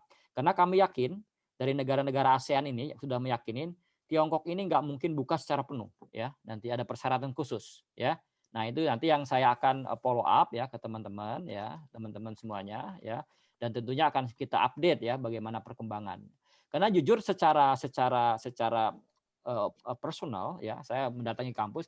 Kalau Indonesia I think is do welcome sebenarnya ya. Indonesia do welcome sebenarnya. Karena kan prosedur kita keluarnya pun secara untuk rata-rata kan sehat ya, tidak seperti negara. Contoh negara-negara misalkan dengan inisial lain, masuk ke China, masuk ke Hong Kong 53 kena coronavirus. Di Indonesia yang masuk ke China ini kan ada kasus cuma berapa kali aja, hanya 1 kalau nggak salah, sekali aja kasusnya ya. Artinya memang resikonya pun akan ada kalau dilakukan secara secara serentak, ini memang patut kita apresiasi. Tapi kalau dilakukan per negara juga nanti Tiongkok banyak akan diprotes negara lain gitu ya. Indonesia duluan. Nah, India nanti teriak-teriak, "Wah, kenapa saya belakangan? Eropa, kenapa saya belakangan?" Makanya kita bekerja sama dengan negara-negara ASEAN. Negara ASEAN itu kompak ya. Kalau ASEAN Indonesia masuk satu, Singapura, Malaysia plek masuk ya. Jadi kita nggak akan berjalan sendiri. Nanti tuh kalau ada kebijakan Indonesia, pasti negara lain ikut, yang 10 negara, ASEAN, Myanmar, Vietnam, karena kita satu suara ya. Kalau suara Indonesia kan hanya satu negara. Tapi kita kalau ada Singapura, Malaysia, Vietnam, Brunei, kemudian Thailand, nah sama-sama negara besar ASEAN ya. Nah, kita berharap dengan adanya perkongsian antara negara ASEAN, tekanan kita juga ke Tiongkok semakin tinggi, sehingga kita akan semakin mudah untuk diberikan izin. Karena kan juga bergainingnya juga kan ribuan orang juga mahasiswa Tiongkok kuliah di Malaysia. Ribuan orang juga mahasiswa Tiongkok kuliah di Singapura. Ribuan juga mahasiswa Tiongkok kuliah di Indonesia. Itu juga sebagai bergaining ya kepada pemerintah China agar segera memberikan perhatian khusus. Dan memang perlu dimaklumi juga ya, karena China ini kan 1,4 miliar ya. Bagaimana pemerintahnya juga menekan saat ini supaya memang penyebaran dari luar pun bisa diantisipasi. Apalagi adanya varian-varian baru, virus Inggris, virus India, virus Afrika, dan sebagainya. Ini juga pemerintah Tiongkok juga tidak bisa kita salahkan, makanya kita bagaimana cara solutif yang baik. Sebenarnya cara yang solutif yang baik adalah bagaimana cara bisa masuk ke sini dengan memperketat karantina. Jadi kalau orang yang sakit ya dikarantina lah. Ya, karantina dulu sampai dia sembuh, dikembalikan ke lingkungan.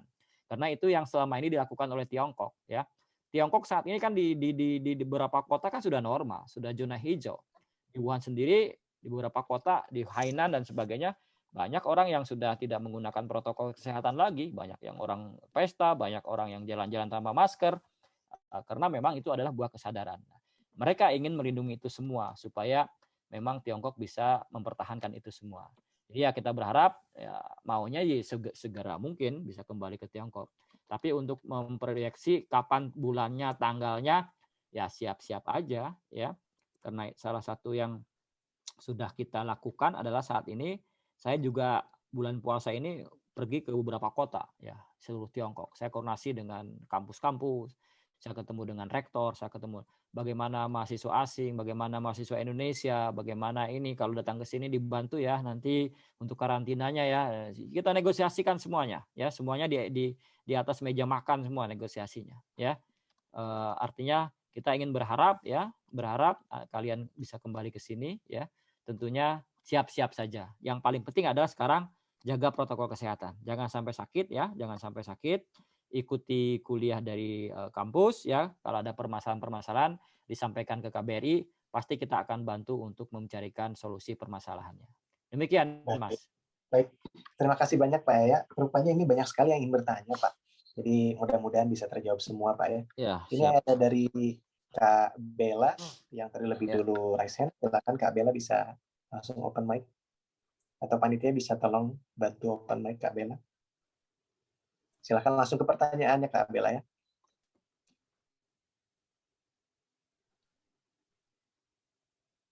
Halo. Baik, silakan, sudah Bella. terdengar suaranya, silakan Kak. Ini Kak Bella, Oh, iya. apakah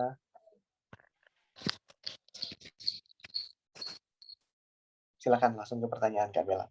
Oh ya, sudah terdengar ya? Sudah. Oh ya, begini Pak, kan misalnya sudah dibuka ini untuk pesawat ataukah seperti ada biaya karantina nanti apakah dari PPIT atau dari KJRI nanti akan membantu pesawatnya. Jadi soalnya selama di sini saya selalu memantau harga tiket pesawat. Bahkan akhir-akhir ini sampai 50 juta. Baik ya. Pertanyaan yang Terima bagus. kasih Kak Bella, silakan Pak. Masih Bella ya. Ya, Iya. Bella, saya udah pikirkan ya masalah itu ya. Kan kemarin juga saya udah bicara dengan beberapa maskapai ya, termasuk Garuda Indonesia, kemudian juga ada Sriwijaya Air, kemudian juga ada beberapa maskapai yang kita diskusikan sebenarnya ya. Jadi jangan khawatir ya, kita sudah melakukan pembicaraan ya, termasuk saat ini kan pesawat yang ada itu adalah charter flight ya, itu ada yang Sriwijaya Air ya, lewat Hangzhou ya, Hangzhou Jakarta, kemudian juga ada yang lewat Xiamen, kemudian juga ada yang lewat Guangzhou. Kalau tidak salah sekarang tiketnya yang Sriwijaya itu kan hanya sekitar 3.000 ya, 3.000 sampai dengan 4.000 tiketnya ya. Jakarta BJ, Jakarta Hangzhou ya, jadi nggak semahal itu ya.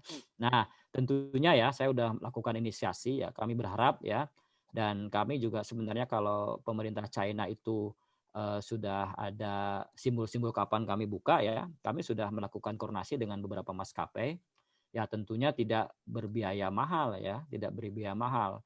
Nah, yang berbiaya mahal itu adalah yang transit, ada yang di Jepang, ada yang di Korea, itu sampai 50 juta memang ya, memang. Dan kalau tidak charter ya. Jadi kami akan bantu nanti ya, koordinasikan ya dengan PPT pusat, kami nanti arahkan silakan koordinasi PPT pusat untuk membantu ya. Dan kami juga berharap meminta ke maskapai tidak semahal itu ya, tidak semahal itu, dan kami juga pasti akan melakukan negosiasi semurah-murahnya. Karena kami berharap pesawat itu mahal, kalau ke sini kan pulangnya dia kosong Nah, itu yang mahal ya. Jadi dari misalkan, nah kalau menggunakan Sriwijaya Air ya, Sriwijaya itu kan tiap minggu dulu, sekarang sekali ya, tiap hari Rabu kalau nggak salah. Kan dari Wuhan juga ada, tapi sekarang dari Wuhan sudah ditutup ya. Adanya dari Hangzhou. Dari Hangzhou itu tiap hari Rabu kalau nggak salah sore ya, sore ya kalau nggak salah bis asar. Nah bis asar, nah nanti kita akan bantu ya, apakah nanti dari Garuda Indonesia atau dari Hangzhou atau dari Sriwijaya atau dari Lion Air, pasti kita akan melakukan fasilitasi kalian semuanya ya, akan membantu. Kami juga udah melakukan mungkin 4 bulan yang lalu saya bicara dengan Mas Niko ya, bagaimana skemanya pemulangan ya, bagaimana karantinanya. Nah, kalau karantina ya itu karena hotelnya itu ditentukan oleh pemerintah Tiongkok ya, yang bisa kami lakukan adalah memohon bantuan kepada pemerintah Tiongkok atau otoritas ya, tidak harganya dapat dipertimbangkan gitu ya. Kalau hari ini kan per hari per malam itu kan karantina itu hotel itu sekitar 250 sampai dengan 300 yuan ya, kalau nggak salah ya skemanya. Kalau 300 yuan, kalau 14 hari kan berapa tuh? 10, 3.000, 3.000, 4 sekitar 4.200 ya. Sekitar 9 juta ya, 10 juta tuh kalau normal ya, saat ini yang pulang ke China karantinanya paling ya menghabiskan 10 juta untuk tinggal di hotel. Ya mudah-mudahan ya kalau kalian bisa kembali ke sini ya, kita bisa sampaikan kepada pihak terkait, hotelnya jangan mahal-mahal lah ya. Kalau bisa direkomendasi yang murah ya, nggak sampai 300-an. Karena kan kantong mahasiswa beda ya dengan kantong pengusaha, kantong ini ya. Tapi beban untuk karantina itu menjadi beban kalian semua ya, yang 14 hari itu ya, tidak ada fasilitasi dari kampus, tidak ada fasilitasi dari KBRI dan KJRI karena memang kita tidak memiliki akun karantina seperti itu. Tapi untuk dari pihak kampus, ya kami sudah melakukan beberapa pembicaraan ya dengan kampus, itu nanti akan menjadi tanggung jawab kampus ya. Yang 7 hari harus menjadi tanggung jawab kampus pada saat karantina pemantauan. Tapi yang 14 hari itu adalah pasti itu adalah kebutuhan personal ya, kebutuhan personal. Jadi mungkin saat ini ya harus nabung lah, disiapin. KBRI bisa mengupayakan tidak membantu membayarkan, tapi KBRI hanya memfasilitasi meringankan ya, meringankan supaya tidak terlalu mahal ya. Demikian. Saya pikir dari beasiswa cukup ya, kalau hanya 10 juta sebenarnya diambil 2.500 kan berapa tuh, 5 juta 2 bulan tuh bisa tuh. Ya. Gitu ya, sebenarnya ya. Untuk saya besar. Alhamdulillah. Makasih banyak Bapak untuk jawabannya. Ini masih ada pertanyaan-pertanyaan dari yang lain, tapi saya ingatkan kepada rekan-rekan sekalian, barangkali rekan-rekan mempunyai pertanyaan yang sama, tapi sudah terlanjur raise hand, mohon pada saat saya izinkan untuk bertanya, mungkin diizinkan pada yang lain saja untuk bertanya ya. Saya lanjutkan pada pertanyaan selanjutnya, yaitu Kak Roni Tulus. Silakan panitia untuk membantu membuka mic-nya. Silakan Kak Roni langsung ke pertanyaan. Oke, selamat sore. Di sini saya ingin bertanya Pak, untuk mengenai penyetaraan ijazah, kan di sini ada program baru dari pemerintah Tiongkok untuk program vokasi, yang dimana D3-nya itu 3 tahun ditambah 1 tahun kelas bahasa. Nah itu jadinya 4 tahun. Apakah disetarakan nanti jadinya D4 atau tetap D3 ya Pak? Iya. Ya, pertanyaan yang bagus ya. Itu saat ini kan kita sudah ada permen ya terkait dengan standarisasi D4 menjadi S1 ya di Indonesia itu ya. Jadi nanti saya akan bahas detailnya, hampir 1 jam saya jelaskan kalau bagaimana proses prosedur penyetaraan dari D4 menjadi S1 di Indonesia. Ini ada permennya sebenarnya. Nah, sesungguhnya ya yang dilakukan oleh pemerintah Tiongkok itu sebenarnya kan patokannya itu kan sesungguhnya ya kan yang 1 tahun itu adalah program bahasa sebenarnya ya, program matrikulasi. Karena kan sesungguhnya untuk belajar ilmu-ilmu Tiongkok itu kan harus memahami bahasanya sebenarnya. Nah, mungkin perlu dipahamin apakah program yang 1 tahunnya itu belajar bahasa itu kita kategorikan sebagai D4 atau tidak. Nanti kita lihat ya, karena memang belum ada yang masuk ke penyetaraan ke kita ya. Kita melihat dari perspektif sebaran mata kuliahnya. Karena kan sesungguhnya kalau S1 pun kan di Tiongkok belajarnya 5 tahun sebenarnya. 1 tahun belajar bahasa, 4 tahun belajar ilmunya. Tapi mereka kan tidak dikatakan D5 kan, hanya S1 ya kan. Nah, ini juga dilihat ya, nanti lihat persebaran mata kuliahnya ya. Apakah itu masuk kategori diploma 4 atau diploma 3. Tapi sesungguhnya kalau di ijazah itu memang di state bahwa itu diploma 4, ya nggak masalah ya. Artinya memang yang diploma 4 nggak masalah. Artinya kan ijazahnya yang di luar pun diploma 4. Maka nanti penyetaraan yang dikeluarkan di KBRI pun tidak diploma 3 lagi, tapi diploma 4. Acuan kita adalah acuan pada ijazah yang dikeluarkan oleh Vokasi Tiongkok. Ya, kalau Tiongkok mengeluarkan vokasinya ijazahnya D4, maka kita D4. Tidak bisa kita downgrade menjadi D3. Ya, walaupun memang aspek-aspek 1 tahun belajar bahasa kita nggak bisa, karena acuan kita adalah tergantung dari verifikasi dari CASI ya, CASI tadi ya. Jadi saran saya memang kalau Anda lulus ya, segera melakukan penyetaraan tadi yang saya sampaikan sepanjang masih punya nomor China. Kemudian nanti juga kalau ke Indonesia, nanti apakah nanti yang diploma 4 itu disetarakan dengan S1, nah itu ada skenario nanti di Dikti. Tapi yang jelas nanti kami KBRI Beijing akan mengeluarkan hal yang sama, yaitu adalah Anda ada lulusan diploma 4 ya. Diploma 4 kami tidak menggambarkan di situ 1 tahun bahasa, 3 tahun ilmu, enggak ya. Kami acuannya adalah bahwa yang dikeluarkan ijazah oleh Tiongkok ya. Demikian ya. Baik. Iya, terima kasih, semoga menjawab pertanyaan dari Kak siapa tadi lupa ya. Silakan mudah-mudahan pertanyaan Pak Yaya dari awal tadi juga bisa membuat rekan-rekan yang lain ingin bertanya, tapi sama pertanyaannya sekali lagi untuk memberikan pertanyaannya atau kesempatannya kepada yang lainnya. Saya lanjutkan kepada pertanyaan selanjutnya, yaitu Kak Agung Trilaksono, maaf, silakan kepada Kak Agung, bisa langsung bertanya kepada Pak Yaya. Terima kasih. Tes. Suara saya masuk ya, Kak? Silakan, bisa. Oke, baik. Assalamualaikum warahmatullahi wabarakatuh. Halo Pak Yaya. Izin bertanya Pak, untuk soal yang tadi itu, untuk yang nota kesepahaman ya, untuk yang intinya untuk meningkatkan mutu program dokter yang mau beradaptasi, entah itu dokter umum ataupun dokter gigi. Nah Pak, untuk itu apakah bisa? Baik, silakan bisa langsung dijawab Pak Yaya. Gimana Mas? Bisa apa? Boleh diulang mungkin Kak? Bisa apa Mas? Ya. Halo? Kak Agung Trilaksono, silakan mungkin boleh ulang pertanyaan lebih jelasnya. Gimana Mas? Putus. Pak, putus. Oh iya, Kak Agung mungkin bisa dipertanyakan lagi nanti Kak Agung ya. Karena ya mungkin langsung aja saya jawab ya. Saya jawab ya. Jawab dulu lah. Boleh, Kak. Ya. Jadi memang seperti yang saya sampaikan tadi ya. Jadi memang jadi ada nota kesepahaman payung nih ya. Payung ya. Ini memang perlu ya. Bagaimana dorongan kita.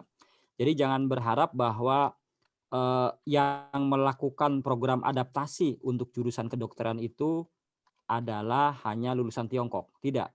Ya. Semua lulusan luar negeri, Eropa, Amerika, Australia, Taiwan, semua negara lulusan kedokteran itu harus melaksanakan program adaptasi di Indonesia. Itu catatan ya. Jadi bukan hanya China. Kenapa China harus melakukan adaptasi? Semua negara itu harus melakukan adaptasi. Nah, ini ada perubahan yang sangat signifikan sebenarnya perkembangan ya terkait dengan nota kesepahaman antara KKI ya. KKI itu adalah Konsil Kedokteran Indonesia dengan Direktorat Jenderal Pendidikan Tinggi, Kementerian Pendidikan, Kebudayaan, Riset dan Teknologi terkait dengan peningkatan mutu pendidikan kedokteran di Indonesia. Nah, ini sudah ada MOU-nya nih ya. Jadi maksud dan tujuannya adalah untuk meningkatkan mutu pendidikan kedokteran dan penyelenggaraan program adaptasi dokter dan dokter gigi sesuai dengan kebutuhan praktek kedokteran. Ini sudah ada MOU-nya. Jadi enak nanti ya. Kemudian ada di situ juga ruang lingkupnya terkait dengan pembinaan pengawasan penyelenggaraan pendidikan kedokteran, kemudian juga penyelenggaraan program adaptasi dokter dan dokter gigi. Sudah diatur ya. Jadi sudah diatur antara Dikti sama ini. Kemudian juga terkait dengan jangka waktunya MOU tersebut 5 tahun ya. Nanti bisa diperbaharui sesuai dengan kebutuhan, sesuai dengan perkembangan. Kemudian juga ada lagi nanti PKS ya. PKS ini perjanjian kerjasama ya. Perjanjian kerjasama ini terkait dengan bidang pembinaan dan pengawasan penyelenggaraan pendidikan kedokteran serta program adaptasi dokter dan dokter gigi. Nah, ini ada 2 tadi, ada MOU, ada nota kesepahaman ya. Tujuannya sama, adalah untuk meningkatkan dan mengawasi bagaimana penyelenggaraan program kedokteran. Nah, ini sebenarnya yang akan kita jadikan payung untuk anak-anak yang melakukan koas di Indonesia.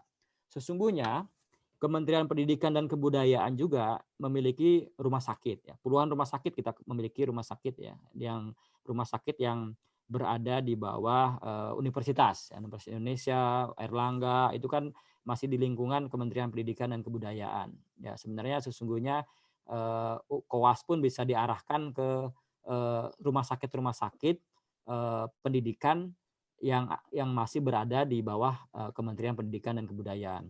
Tapi kan tidak semua wilayah itu kan memiliki rumah sakit pendidikan yang di bawah Kementerian Pendidikan dan Kebudayaan. Makanya kan kalian silakan koordinasi dengan rumah sakit setempat. Seandainya mungkin ada peluang-peluang untuk bisa koas di sana, ya silahkan ya. Karena itu adalah bagian memang yang harus kalian penuhi. Karena pertimbangannya kalau memang itu miss, maka kalian akan mengalami kesulitan.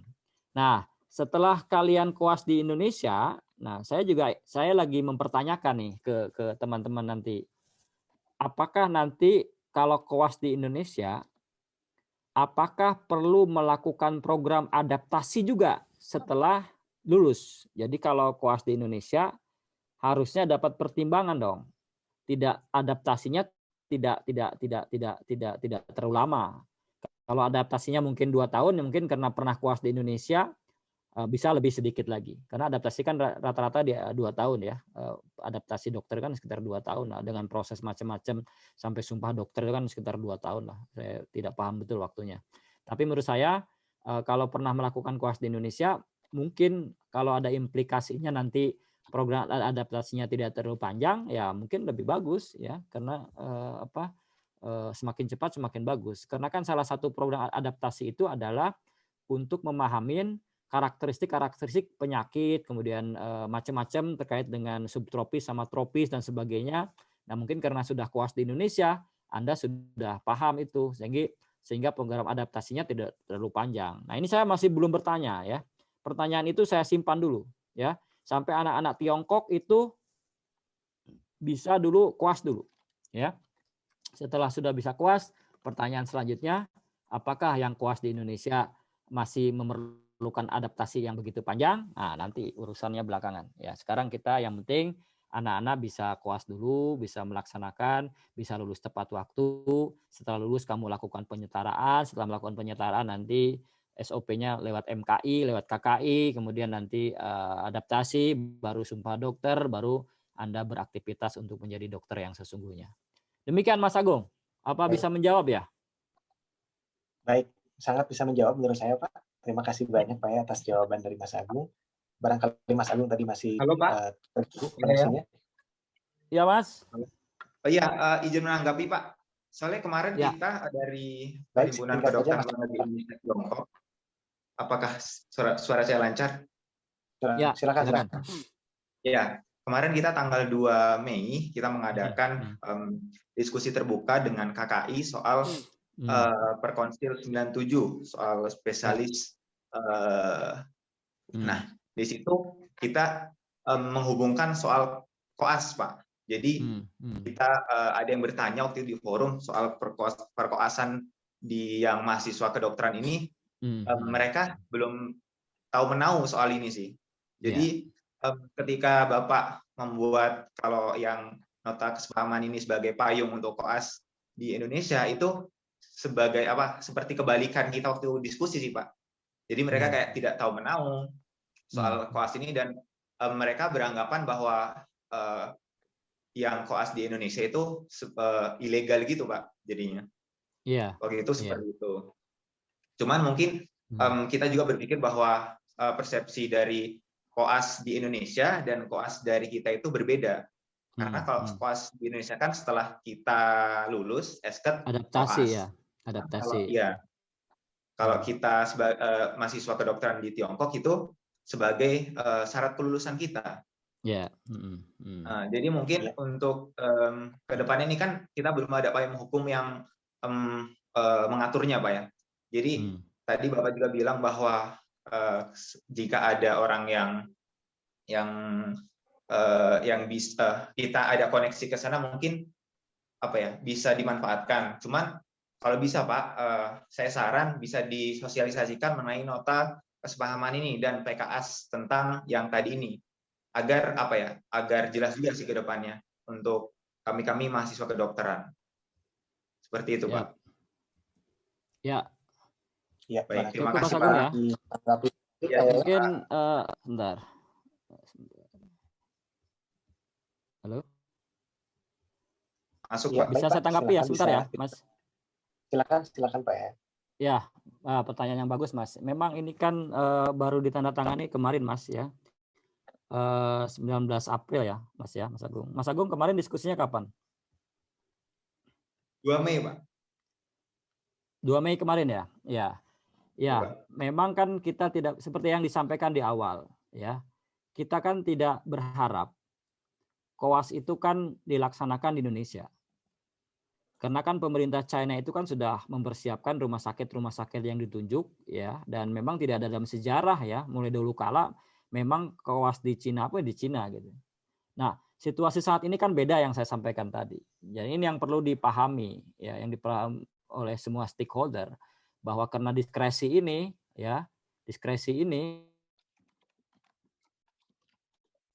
kebutuhan krusialitas koas itu perlu dilakukan di Indonesia. Beberapa rumah sakit memang meminta salah satu persyaratan adalah adanya MOU antara rumah sakit dengan kampus. Tadi sudah saya sampaikan implikasinya.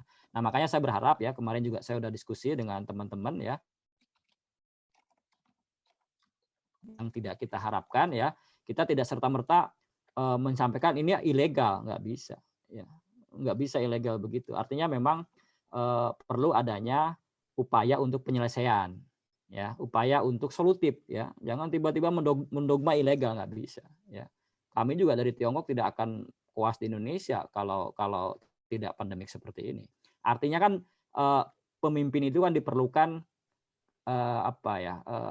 komprehensif pemikirannya ke depan. Kalau itu ilegal, bagaimana caranya ya supaya legal?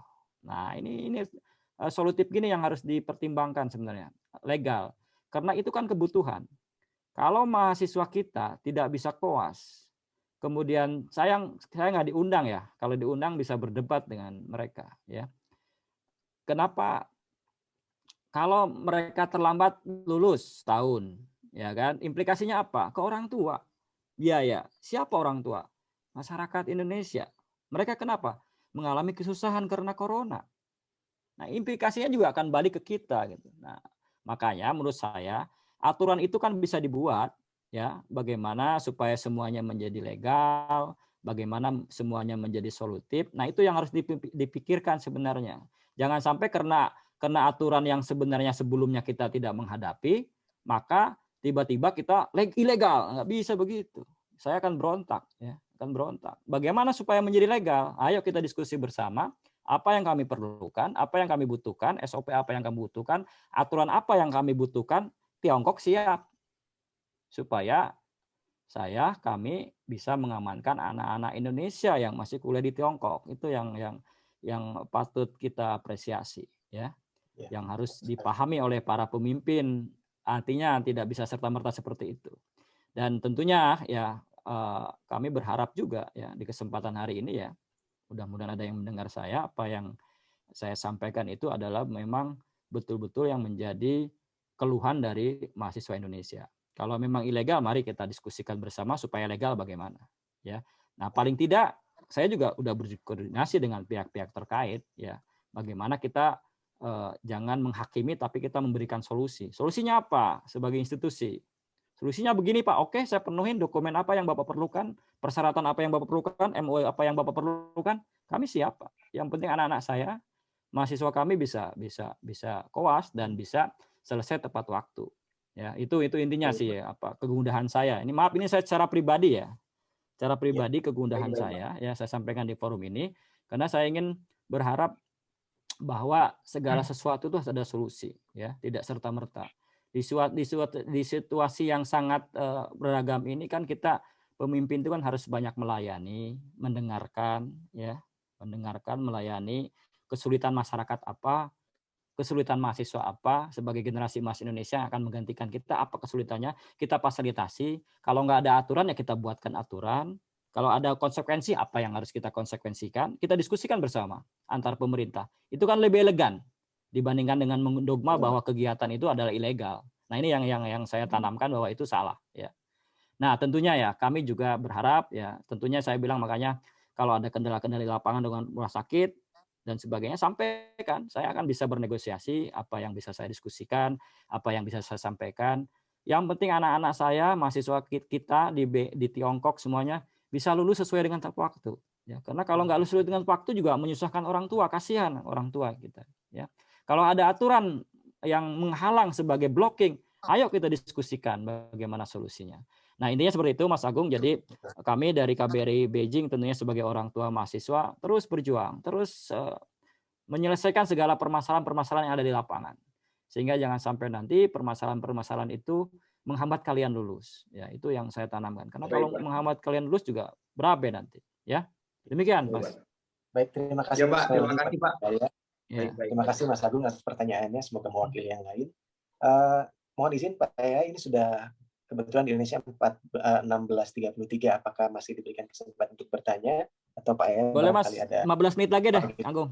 15 menit lagi ya, saya bilang ke anak-anak. Kalau begitu saya langsung ke Kak Ronald. Kak Ronald silakan untuk pertanyaannya bisa langsung ditanyakan. Mohon langsung ke pertanyaan Kak ya, silakan Kak. Ya, terima kasih atas kesempatannya. Selamat sore Pak.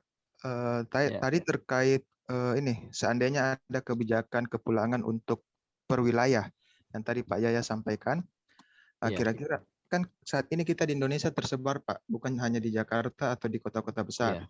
Bagaimana mekanisme dari KBRI untuk misalnya seandainya ada kepulangannya per wilayah? Terima kasih. Iya, saya pikir kan jalur komunikasi yang saya bangun itu kan lewat PPIT ya. Tiongkok ada cabang-cabangnya juga, ada Beijing, Permit, ada Nanjing, ada Shanghai. Nah, saran saya sih komunikasi ya. Pertama nanti kamu harus komunikasi dengan teman-teman sebaya, teman-teman ketua perhimpunan. Kemudian yang paling penting adalah diskusi komunikasi dengan pihak kampus ya. Jadi yang mengizinkan itu nanti kan lewat kampus ya. Jadi silakan anak-anak kembali ke Tiongkok. Jadi per kampus nanti ya. Oke, kita siapkan nanti saya mesti dapat laporan tuh dari kampus. Karena kan saya udah membangun jaringan dengan seluruh kampus Tiongkok ya. Kalau mereka ada kendala, mereka akan memanggil Indonesia pulang, pasti akan mengabari kami di Beijing ya. Pak Yaya, ini anak-anak yang dari kuliah di sini sudah boleh masuk, silahkan diinikan. Nah, kami juga terus berkoordinasi, nanti akan saya umumkan lewat media-media seperti ini, mungkin secara formal nanti akan disampaikan oleh Bapak Duta Besar, ya kan? Bapak Duta Besar menyampaikan, silahkan disiapkan. Nah, nanti komunikasi. Nah, terkait dengan aplikasi nanti visa dan sebagainya, kami nggak tinggal diam ya. Kami pasti akan membantu ya. Kami akan membantu ke kedutaan China ya. Kalau ada persyaratan, kami akan secara buat nota diplomatik, tolong dibantu untuk proses penyelesaian visa mahasiswa yang mau kembali. Kenapa demikian? Satu, alasannya mereka sudah mendapat panggilan dari sekolah sudah aman, mereka sudah divaksin, mereka sudah mengikuti protokol kesehatan, mereka siap melakukan karantina di wilayah masing-masing, kan selesai gitu. Ya, tidak ada persyaratan lain. Jadi nanti surat itu saya sampaikan ke Ketua PPIT, nanti Ketua PPIT sebar, lampirkan ke dokumen-dokumen kamu, visa yang akan kamu apply di sana. Kami pasti bantu. Terkait dengan vaksin juga, nanti kalau sudah vaksin, ada sertifikat vaksin, kamu terjemahkan ke dalam bahasa Mandarin, ya silahkan. Kalau nggak bahasa Inggris nggak apa-apa ya. kirim aslinya ke kita, fotokopinya, kita lihat terjemahannya betul atau tidak, atau nanti kalau misalkan ada pingin contohnya, kita buatkan terjemahan, kamu tinggal ganti namanya, kita stempel basah KBRI, kami siap membantu. Ya, kami tidak sungkan-sungkan untuk mahasiswa. Ya, artinya kalau memang itu bukan pekerjaan saya atas pendidikan, itu sudah out of the box ya sebenarnya. Ya, sudah out of the box. Tapi demi kalian, demi mahasiswa, saya siap mengorbankan apa yang menjadi bukan tugas saya. Yang penting kalian tetap belajar, bisa diterima, visanya juga bisa approve. Kami siap untuk menerjemahkan dan kami stempel dari kami dari kantor atas pendidikan bahwa terjemahan kamu legal. Coba kamu kalau lihat kamu terjemahin, kemudian ke terjemahan tersumpah kan harus bayar lagi. Berapa bayarnya selembar itu kan? Stempel juga ya kan? Kamu kan bisa bahasa Cina, terjemahkan sendiri, nanti saya lihat, cocok, stempel, udah selesai ya. Tidak susah. Jadi kami nggak akan membebani lagi ya dengan hal-hal yang sifatnya administratif ya. Yang penting kalian bisa kembali ke China dan dokumen-dokumen seperti itu kami. Yang penting kamu komunikasikan. Kalau nggak bisa lewat email, kurang mungkin belum dibalas, lewat WeChat saya dulu nggak apa-apa. Lewat Mas Gilang juga boleh, lewat PPT boleh, disuarakan boleh. Kita welcome ya. Itu kalian semuanya. Baik, silakan Mas lagi. Terima kasih. Masih ada 3 pertanyaan Pak ya, barangkali boleh? Iya, silakan. Oke, baik. Pertanyaan selanjutnya dari Kak Dwi Sherlina. Silakan Kak Dwi Sherlina. Panitia mohon bantuannya untuk membuka mikrofon Kak Dwi Sherlina.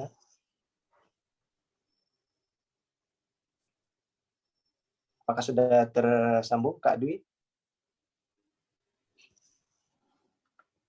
Panitia sekali lagi mohon izin untuk membuka mikrofon Kak Dwi. Kalau ada masalah mungkin saya alihkan dulu ke Kak Winda ya. Kak Winda, silakan Kak Winda, sudah tersambung ini Kak Winda. Silakan langsung ke pertanyaannya Kak Winda. Baik, silakan. Assalamualaikum Pak. Ini Winda. ya saya ingin bertanya Pak, untuk mahasiswa yang Bapak bilang bisa kembali itu kan diperkirakan bulan Agustus kan ya. Tapi untuk seperti kami yang kayak ada mahasiswa yang masih harus magang dahulu di bulan Agustus dan kemudian di bulan Januari dan Februari di tahun 2022 baru bisa kembali ke China, apakah itu bisa mengajukan vaksin terlebih dahulu mulai dari sekarang, Pak? Iya, boleh, silahkan, kan udah punya surat dari PPIT minta. Kalau permit nanti minta sama Mbak Susan ya. Nanti Mbak Susan akan buatkan surat dari permit ya. Kalau yang dari Beijing nanti dibawa ke tempat wilayah masing-masing. Silahkan ya, kalau mau ada kesempatan daerah untuk memberikan vaksin kepada mahasiswa, silahkan ya. Saya tidak perlu menolak ya. Jangan punya berpikiran ini, kalau ada kesempatan vaksin, ditawari vaksin oleh pemerintah setempat, vaksin lakukan. Ya, silahkan, nggak masalah. Minta sama Mbak Susan ya, itu surat-suratnya permit Beijing ya. Iya. Makasih Pak. Ya. Baik, terima kasih sekali lagi Kak Winda untuk pertanyaannya. Apakah Kak Dwi sudah bisa tersambung sekarang? Kak Dwi? Oh, belum tersambung rupanya. Mungkin ke Kak Nur Fitriani terlebih dahulu. Silakan panitia untuk membuka mikrofon Kak Nur Fitriani. Silakan Kak, langsung pertanyaannya Kak. Baik, terima kasih. Assalamualaikum warahmatullahi wabarakatuh. Waalaikumsalam warahmatullahi wabarakatuh. Mohon izin Pak, saya ingin bertanya. Saya salah satu mahasiswa S3 yang sedang riset di Indonesia. Saat ini saya melakukan pengumpulan sampel di Indonesia dan selanjutnya nanti akan melakukan analisis di China. Yang saya ingin tanyakan mengenai spesimen yang saya kumpulkan saat ini Pak. Misal mungkin dalam waktu dekat, sudah ada waktu untuk diberi kesempatan untuk kembali ke Beijing, namun jumlah spesimen yang saya kumpulkan itu masih kurang dan belum memenuhi syarat untuk kelulusan. Apakah saya bisa kembali ke Indonesia atau bagaimana ke depannya Pak? Apakah ada kebijakan untuk bolak-balik Indonesia-Beijing untuk pengumpulan sampel penelitian saya? Terima kasih. Diselesaikan aja dulu ya. Kalau mengambil sampel di Indonesia udah selesai, misalkan harus kembali nanti udah dibuka perbatasan di bulan Agustus atau September. Kalau belum selesai ya tinggal aja di Indonesia, selesai ya, selesaikan dulu. Kalau bolak-balik nanti biaya karantinanya berapa, terus nanti ongkos pesawatnya berapa, ya kan?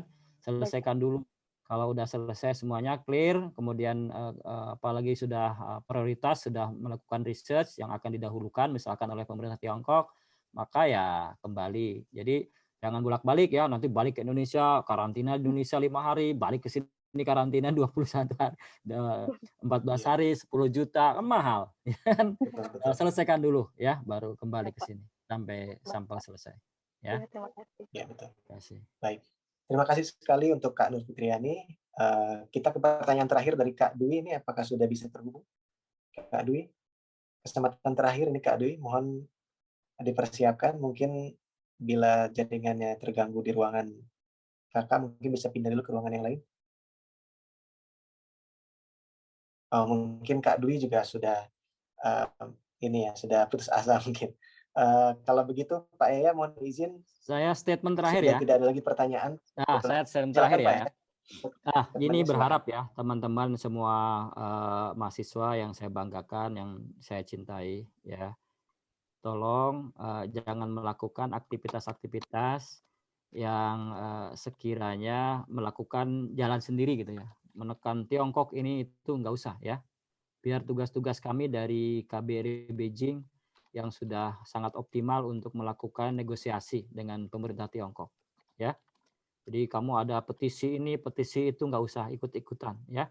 Percayakan kepada kami, para bapak, para bapak duta besar, saya yang dipercayakan untuk membimbing kalian untuk melakukan dengan cara-cara yang legal, dengan sesuai dengan